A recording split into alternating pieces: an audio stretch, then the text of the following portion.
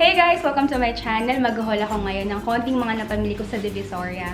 So ito, halo-halo, merong galing sa 168, 999, 698 at iba pang mga paborito kong bilihan sa Divisoria.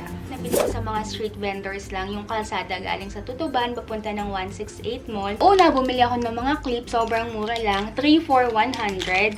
Ito, meron pang isa yan, pero hindi ko mahanap. Naman yung uso ngayon na ear cuff na isang piraso lang, 3 for 100 yan.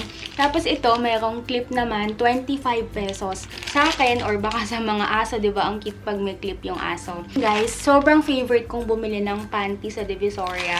Pag sa mall kasi, ang mahal-mahal ng panty, diba? Tapos luluwag lang naman, ganyan. Ito, 100 pesos to. 5 piraso na. Tapos ang maganda dito, yung tela niya, manipis, stretchable, tapos manipis lang, pero malambot, so hindi ka mangangate. 5 pieces, 100 pesos, so lumalabas 20 pesos lang kada isa. Pumili ako ng pajama, 2 for 180 pesos talaga to, pero naibigay ko na kasi sa kaibigan ko. So, isa na lang yung naiwan sa akin. Stretchable. Ang sarap ipang tulog dito, lalo na kapag naka-aircon kayo or kahit hindi, kapag presko yung panahon. Romper na 300 pesos. 350 talaga to, pero tinawadan ko lang. Nung nagpunta ako sa Forever 21 nung isang araw, nakakita ko ng medyo similar dito. Ganito din yung sa may bewang niya, tapos sa taas ganito din. Pero dress, ito kasi short siya. Yung sa Forever 21, 1, 2, ito 300 lang. Sa 168 Mall, first floor, meron ako dong sobrang favorite bilan ng mga accessories. Itong clip, nabili ko lang to ng 40 pesos. Pearls, tapos mga fake na diamond. Sobrang ganda ng quality niya. Tapos ito naman yung mga usong ngayong clip, 50 pesos kada isa. Tapos iba't ibang klase. Yung iba, nagamit ko na ito, hindi ko na mahanap kung nasan. Tapos ito namang mga hikaw, 50 pesos lang.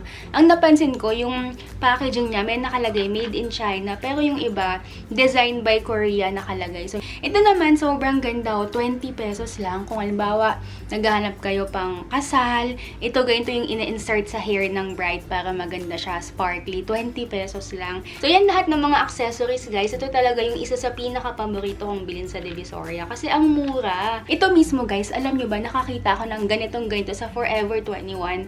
385 pesos. Ito 50 pesos lang, diba? As in, ito mismo, syempre iba lang yung packaging. Ito naman lahat na nabili ko sa 999 Mall. Lahat to, first floor ko lang nabili. Una, ito sa Glad King. Bumili ako ng brush, 150 pesos. Pwede ito sa powder, sa blush. Yun nga lang, wala siyang ibang katulad na bawa pang eyeshadow or pang ibang part ng face. Ito lang talaga. Bumili din ako ng pangtulog. So, ito, hindi pala siya silk. Satin yung material niya. 250 pesos. Meron din silang mga pajama, yung long sleeve. Kaya lang kasi mainit sa Pilipinas, diba? So, ang binili ko, pair lang ng shorts at saka sleeveless. Ito naman sa first floor ng 999, bumili ako ng isang set ng bulaklak na 200 pesos. Akala ko nga mura na doon, pero sa labas pala sa Tabora Street, 160 pesos lang yung ganito. Tapos yung mas magandang klase, parang 180 hanggang 200 din. Pero mas mukhang tunay kaysa dito. Pero okay na din kasi sa mall, mga 500 yung ganito, diba? So, ang pinakahuli ng binili ko sa 999 Mall ay payong. Siyempre dahil tag-ulan ngayon, ayan, ay, napunit.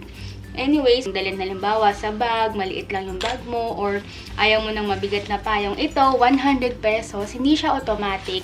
So, ipupush mo to, yung parang usual na payong. Ayan. Ito namang metal grid, nabili ko din to sa 999 Mall, first floor, 110 pesos. Malapit to dun sa pinagbilan ko ng mga fake flowers. Nilagyan ko na siya ng mga picture. Ito namang mga sipet, nabili ko lang to sa Japan Home Center, tsaka Daiso ng isang set, 12 pieces, 88 pesos. Ito namang ilaw, nabili ko lang to sa Lazada ng 50 pesos. So ito, maganda siyang dekorasyon sa kwarto, diba? Uso yung ganito. So bukod sa mga pictures, pwede nyo lagyan ng mga notes, yung mga to-do nyo, or yung mga kahit na anong gusto nyong maalala, tsaka makita lagi. Maganda kasi very artsy, tapos mura lang. Sa 698 Mall sa Santa Elena, ito yung mga nabili ko. Bumili ako ng battery. Mura lang kasi to, dati nga 10 piso lang per pack, ngayon nagbahal na 15 pesos. So, 2 piraso ng AA, tapos 3 piraso ng AAA. Meron din ito yung para sa mga relos, ganyan. Ito din 15 pesos. Okay naman tong mga to kasi tumatagal naman sila. Yung sa mga remote, relos, okay lang, tumatagal na yung mga yan. Ito naman, sa 698 din, bumili ako ng eco bag na foldable. 45 pesos lang. Kapag nagsha-shopping kasi ako or namamalengke, mamili, palagi akong may dalang sariling eco bag para hindi na ako hingi ng plastic. Aminin nyo, pag uwi nyo, tinatapon nyo lang. So ako talaga sobrang advocate ako ng eco bag. So kung makakita kayo ng ganito sa Divisoria, bili kayo tapos magdala na kayo lagi. Ito naman mga nabili ko sa Tabora Street. Una, itong leash ng aso. Hindi siya masyadong matibay kasi manipis lang. Pero naawa kasi ako doon sa nagbebenta matanda kaya binili ko na din. 100 pesos. Okay na din pero kapag yung aso masyadong makulit, baka hindi masuportahan to. So ito, baka kay Fluffy ko lang gamitin. Okay na din sa 100. Ito namang basket sa mall, sobrang mahal nito. Parang 500 pesos yung nakakita ko. Ito, 70 pesos lang. Yun nga lang, hindi kasing pulito sa mall.